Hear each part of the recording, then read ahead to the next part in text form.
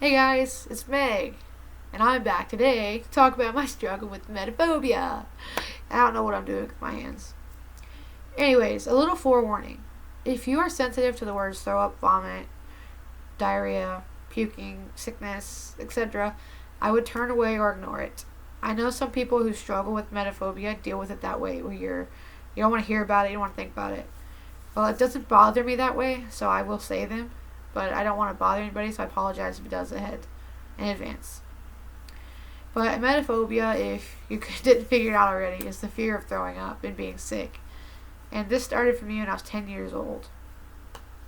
I remember having it when I was 8 years old, and my sister had it, and she got dehydrated and had to go to the hospital. And then I got it a few days later.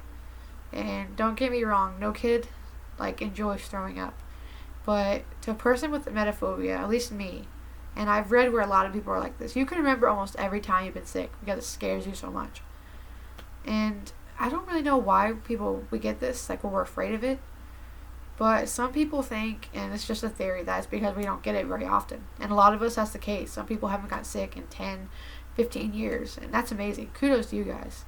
My longest I've ever went is 8 years. Anyways, because see, I know I've had it a lot. I remember having it. My mom and dad told me about New Year's one time, and I don't remember that because I was 2 or 3.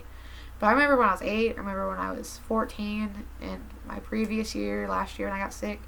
I remember every bit of it, and it's terrible, and it gives me flashbacks, and I don't like being sick. Not that anybody enjoys throwing their guts up, but it's traumatizing to us, and I don't know why. But the first time I remember having this where I was so afraid was when I was in 4th grade.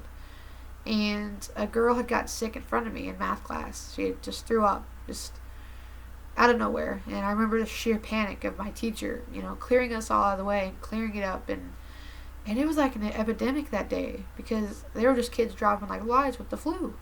And another boy threw up in front of me in the hallway. And I remember going home just terrified, and that lasted with me all year.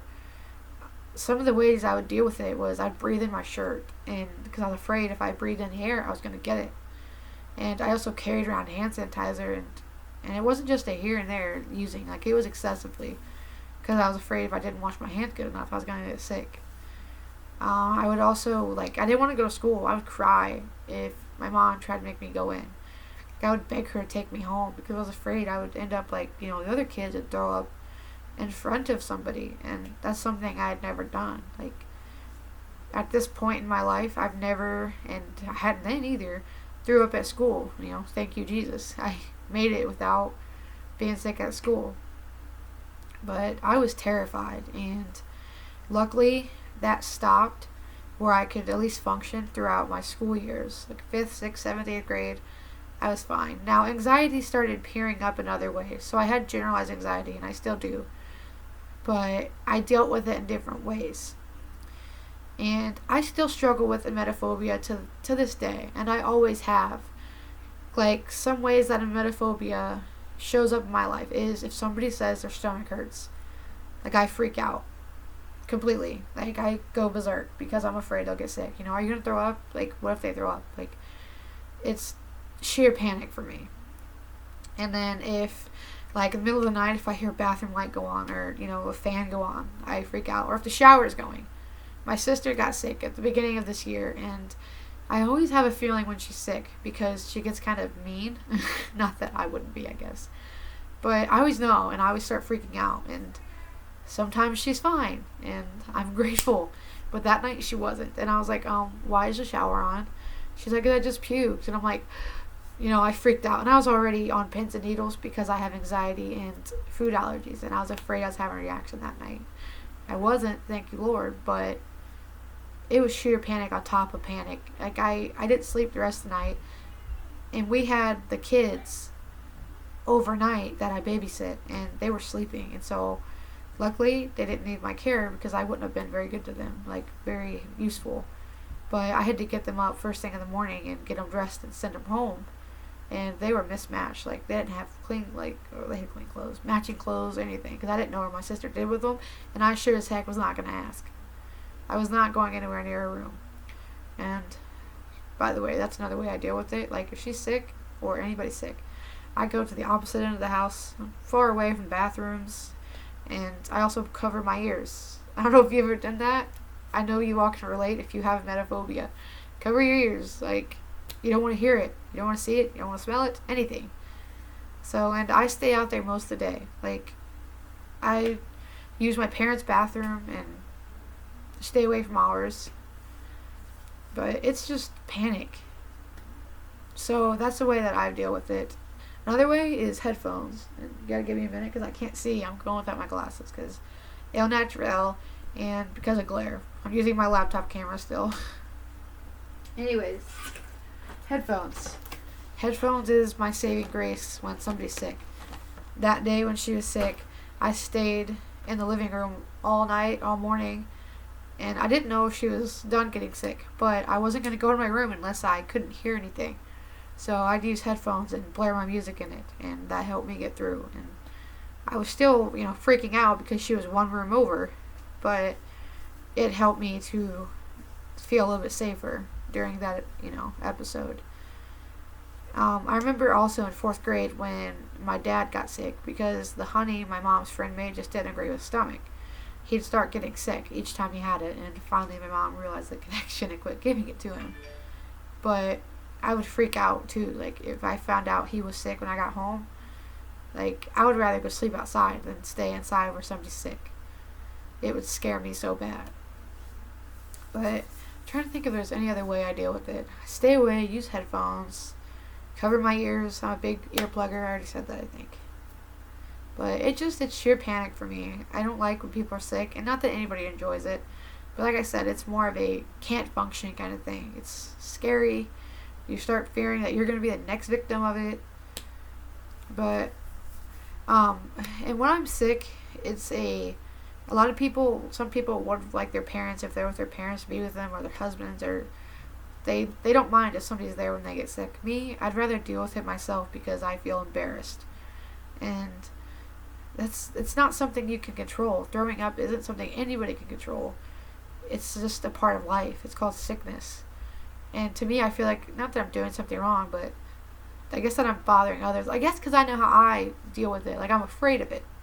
So if I get sick, my family deals with it like, okay, you're sick, whatever.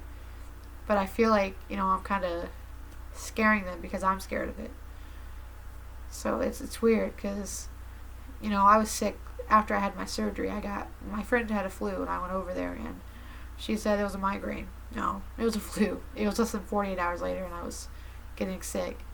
But I would text my sister and apologize because I was afraid that, I was doing it too loud, and to her it didn't bother her. Like, so it's emetophobia is the weirdest disease, or it's not disease, the weirdest phobia you could have, I guess. Because like I said, throwing up isn't something you can control. It's just a part of life. Everybody does it, and we've been doing it, most of us, since we were kids. And yet we're terrified of it. And like I said, we can remember every time we've been sick. Count them on the number of our times on our hands. And you gotta forgive me for my blah blah blah blah blah jabbering. I'm exhausted. I had a long day yesterday at babysitting, like I said in my introduction if you watched it. I was up at 5 a.m. and today I babysat again for a little bit. I got the kids that I usually watch for a few hours, and we cleaned my room because the mess that was in here was a mess they made as well. So I made them help me clean it, and we also had to look for the 5-year-old shoes. Still haven't found them, but been going all day. I did that, and then I had to make dinner, and so I'm tired. But I wanted to post this video because, like I said in my introduction, the goal of this channel is to help you feel less alone. Because I know we all deal with it in our own quirky ways. Cover our ears, don't say the word, but we're all in this together. It's a fight, and one day we'll all probably be able to cope, I hope. If all our children that we have don't be afraid, and we're building a generation. It's a struggle, but it's life, and I want you guys to know that you're not alone. I deal with it in my own ways too. Headphones, I hide, I go to the farthest room, avoid the bathrooms, clean excessively, wash my hands excessively, so you're not alone. So just know, and if you want to post your stories below, I'd love to read them. The reason I don't want you to feel alone is because I feel alone too. I know how it is. I still live at home because I have generalized anxiety and fears that go list long. But one day I'm going to get through it, and so are you. We have each other. So, thanks for checking out this video. Feel free to give it a big thumbs up, and I'm going to post a few more. Probably tomorrow I'll go with maybe just anxiety, period. I'll talk about that. Like I said, I have list long conditions that I know you all can relate with, that I can help with. Orthopedic, foot and ankles, prepping for surgery, going through surgery. I can talk about that because I've been through it 3 times. Oh, I've been through it more, but for my ankle 3 times. Talk about generalized anxiety, health anxiety. I'll get into that. This is just emetophobia. OCD, I have that as well. What else? There's more. Oh, religious OCD. Oh, I should just have an OCD video, but I think it'd be easier to talk to the other communities of health anxiety and religious OCD, because there's everybody out there that struggles. There's plenty of people that I know can reach. This video can reach.